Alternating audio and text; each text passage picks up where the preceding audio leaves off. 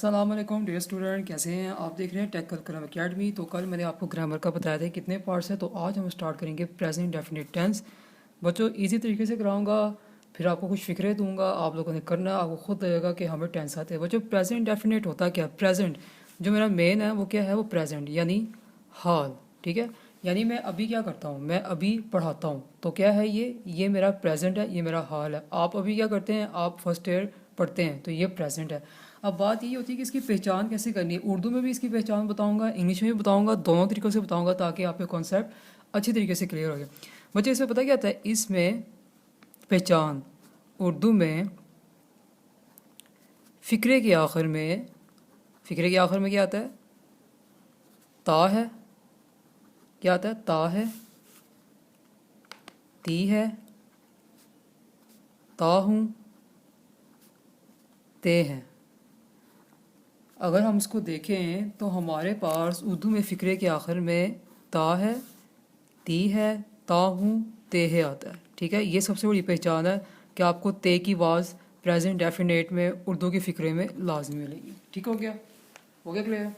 अच्छा, अब इसको बनाने का तरीका क्या है? बच्चों जितने भी टेंस है ना हमारे पास, उसको बनाने का एक ही तीन चीज़ें लाजमी लगती है। बनाने का तरीका क्या है? आ जाए, अभी आपको बताता हूँ स्टेप बाय स्टेप, परेशान नहीं होना आपने। एक जुमला कब कंप्लीट होता है? जब तीनों चीज़ें लाजमी होती हैं। एक मेरे पास होता है S plus V plus O. अब मैं आपको बताता हूँ कि सब्जेक्ट क्या होता है, हर एक चीज़ आपको एक्सप्लेन करूँगा।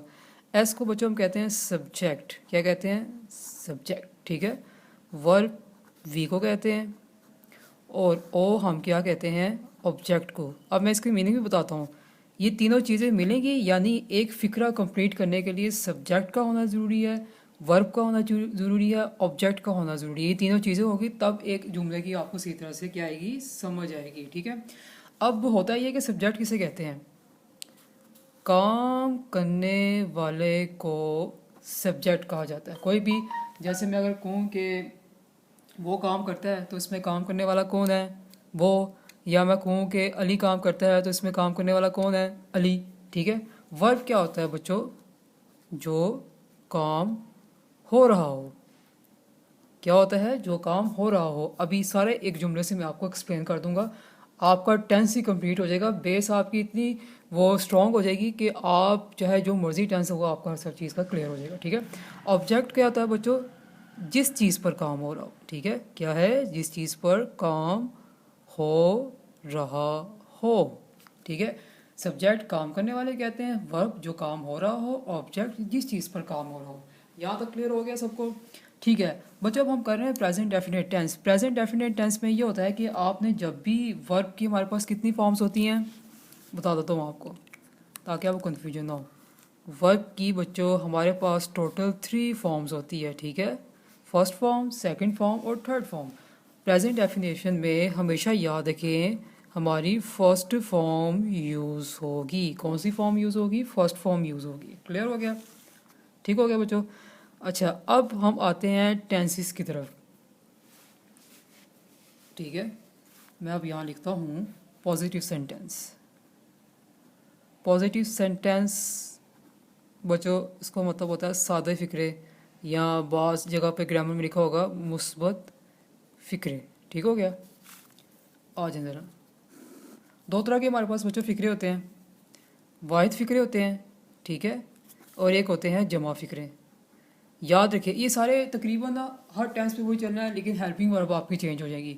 क्या होते हैं? वाहिद फ़िक्रे होते हैं, जमा फ़िक्रे होते हैं। वाहिद फ़िक्रों में बच्चों हमारे पास क्या होता है? ही आता है, शी आता है और इट आता है। ये याद रख लें आप। ठीक है, ही शी इट यही है। कोई भी टेंस होगा उसमें वाहिद फ़िक्रे ही शी इट आएगा, सिर्फ हेल्पिंग वर्ब आपका क्या होगा? चेंज होगा। क्लियर हो गया? वाहिद फ़िक्रों के साथ हमने क्या करना है? जब भी वर्ब यूज़ करना है उसके साथ एस या ई एस का इजाफा करना है। अब बच्चों को ये कन्फ्यूजन होती है कि एस ई एस कहाँ लगाना है, ये मैं भी बता देता हूँ आपको। ठीक है, जमा फ़िक्रे मेरे पास जब भी आएंगे बच्चों, दे, यू, आई और वी, इसके साथ आपने एस या ई एस का इजाफा हरगिज़ नहीं करना। ठीक है, नहीं करना। अभी बताता हूँ आपको, याद रखिए बच्चे, कोई भी टेंस हो वाइस फिक्रे, ये देखें पता चला ना एक एक की बात हो रही है। यानी ही भी एक के लिए यूज़ होगा, शी भी एक के लिए यूज़ होगा, इट भी एक के लिए यूज़ होगा। जमा फ़िक्रे में देखिए दे आ गया, यू आ गया, आई आ गया, वी आ गया। अब बाद बच्चे कहते हैं आई तो मैं होते हैं, लेकिन जब हम मैं की बात करते हैं तो हम अपने आप को सबसे आला समझ रहे होते हैं, इसलिए आई को जो है जमा फ़िक्रे में डाला गया। ठीक है, अब ये कन्फ्यूजन है, बच्चे कहते हैं कि एस कहाँ पे लगाना और ऐसी कहाँ पे लगाना, तो ये आप यहाँ पे कर लें नोट। क्या कर लें? नोट। अगर वर्ब यूज़ हो रहा है उसके आखिर में ओ आ जाए, ठीक है, या डबल ओ आ जाए, ठीक है, या सी एच आ जाए, या एस एच आ जाए, ठीक है, वगैरह आए, तो इसके साथ ई एस लगाना है, वरना खाली क्या लगेगा? एस लगाया जाएगा। अभी बताता हूँ सारा, ठीक है। ठीक हो गया बच्चों।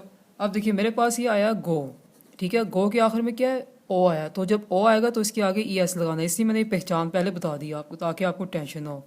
ठीक है, अब मेरे पास आ गया ये है सर्च।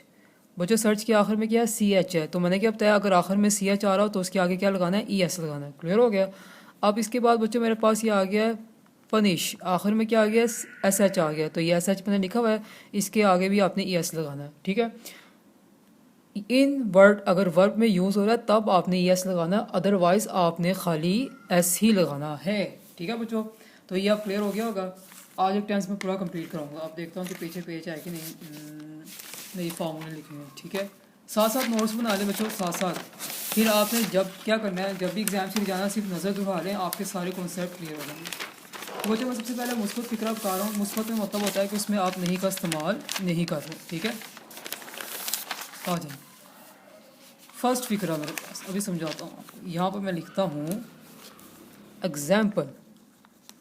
एग्जाम्पल लाजमी है देना। सिंपल से एक मिसाल से मैं देता हूँ, वो स्कूल जाता है।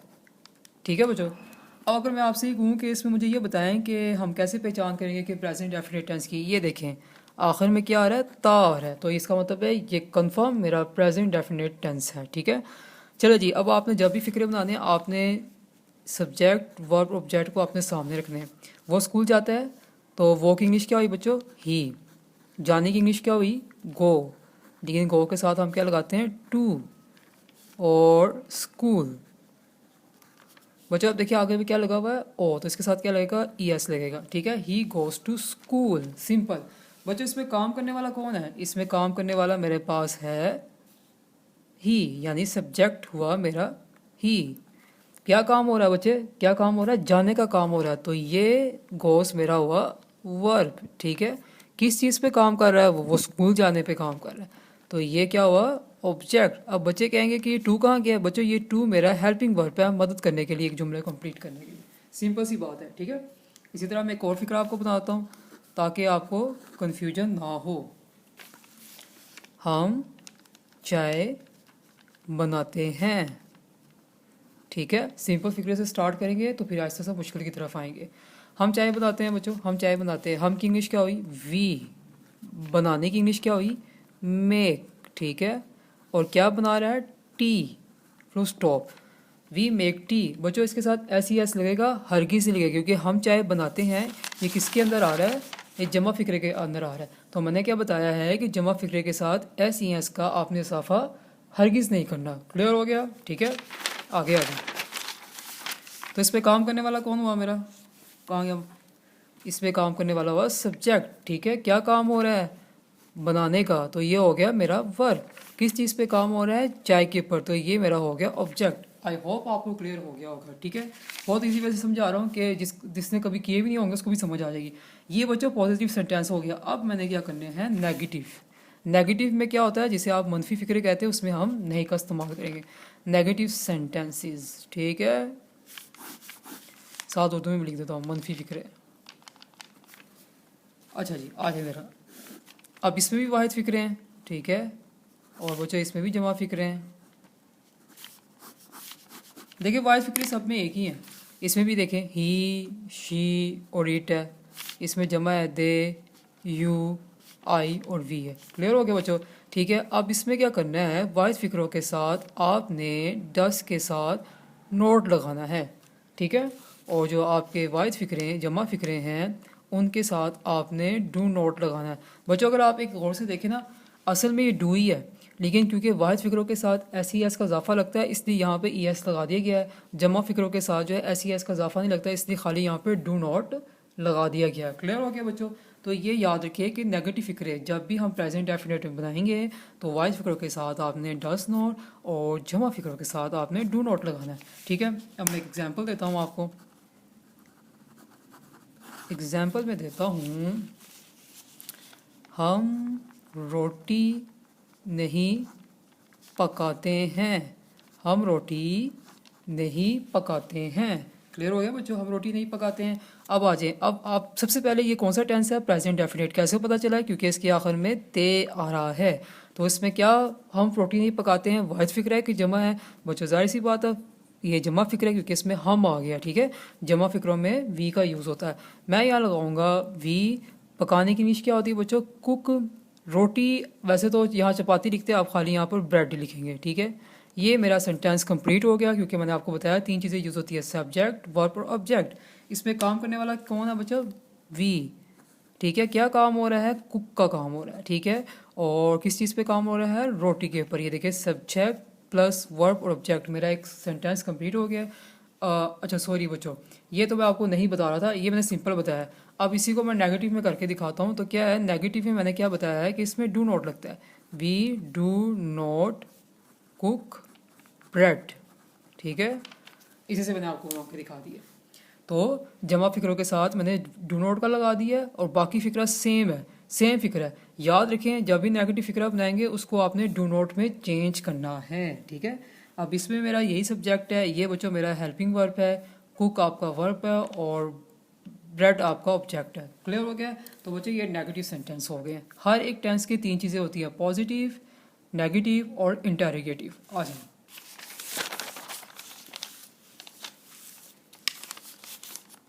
इंटेरोगेटिव सेंटेंसेस, सवालिया यानी सवालिया फिक्रे। अब बच्चों इसमें भी वही चीज़ है, हर चीज़ देखें ना वही चीज़ें आ रही हैं। इसमें भी वाहिद फिक्रे आएंगे आपके पास। ठीक है, और इसमें भी आपके पास जमा फिक्रे आएंगे। सिंपल से हैं, जब आप टेंस कंप्लीट होगा अगले दिन उसके आपको फिक्रे दिए जाएंगे, वो सही करने के बाद भी हम आगे आते हैं।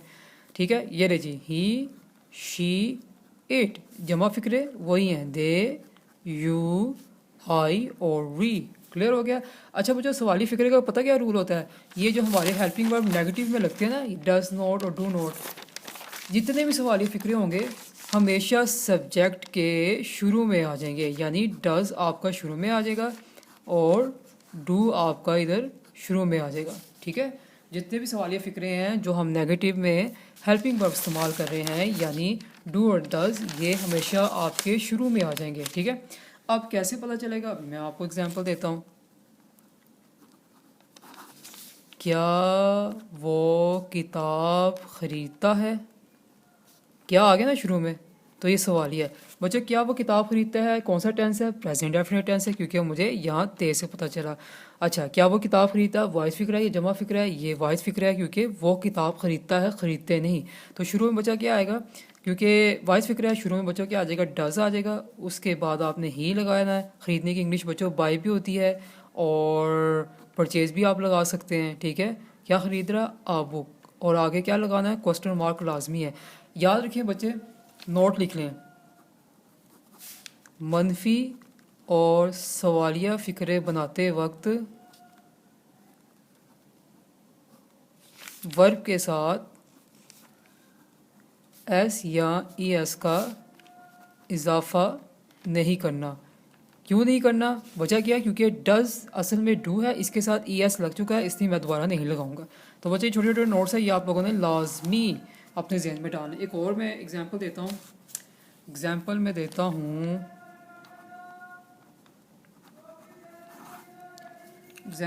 हूँ कोई ऐसी एग्जांपल देते हैं।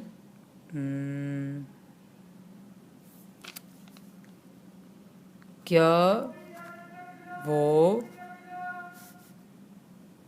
नाश्ता नहीं करता है, क्वेश्चन मार्क। क्या वो नाश्ता नहीं करता है बच्चों? कौन सा फिक्र है? प्रेजेंट डेफिनेट है। कहाँ से पता चला? आखिर में ता आया। ठीक है, सवालिया है, मंफी है या बड़ा शोर आ रहा है यहाँ पे? सवालिया। ठीक है, शुरू में क्या आएगा बच्चों? डस, क्योंकि मेरे पास ये कौन सा है? वाज फिक्रा। ही हो गया बच्चों।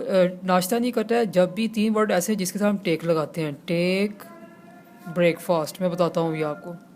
जब भी नाश्ते के साथ वर्ड आएगा आपने टेक लाजमी लगाना है। क्वेश्चन मार्क, ये आपका सब्जेक्ट है, ये वर्ब है, ये ऑब्जेक्ट है, और बच्चों ये हेल्पिंग वर्ब है। अब आप देख लें जितने मेरे पास आ रहे हैं ना क्वेश्चन मार्क है, उसके शुरू में आपने हेल्पिंग वर्ब लगाने, इसके साथ एस ई एस का इजाफा नहीं करना। अच्छा बच्चों, तीन वर्ड आएगा, ये आप नोट कर लें। टेक बात कभी अलहदा नहीं आएगा, इसके साथ आपको टेक लगाना पड़ेगा। टेक, एक आता है एक्सरसाइज, ठीक है, और टेक ब्रेकफास्ट, ये कभी भी अकेले नहीं आएंगे, पूरे इस तरह आपने लिखने होंगे। और एक आता है चाय पीने के लिए ड्रिंक नहीं लगाते हैं, टेक टी, तो इसको भी आप नोट्स कर लें। तो बच्चों ये आज की फिक्रे आपके ख़त्म हो गए हैं। ये था प्रेजेंट डेफिनेट टेंस है। उम्मीद है समझ आई होगी। अगर आपको कोई कन्फ्यूजन हो रही है तो आप लोगों ने लाजमी पूछना है। अब इंशाल्लाह कल आपको मिलेंगे फिक्रे, वो आप लोगों ने बनाने हैं, फिर चेक करवाने हैं, फिर पता चलेगा कि आप लोगों ने क्या सीखा है। तो मिलते हैं नेक्स्ट वीडियो के साथ।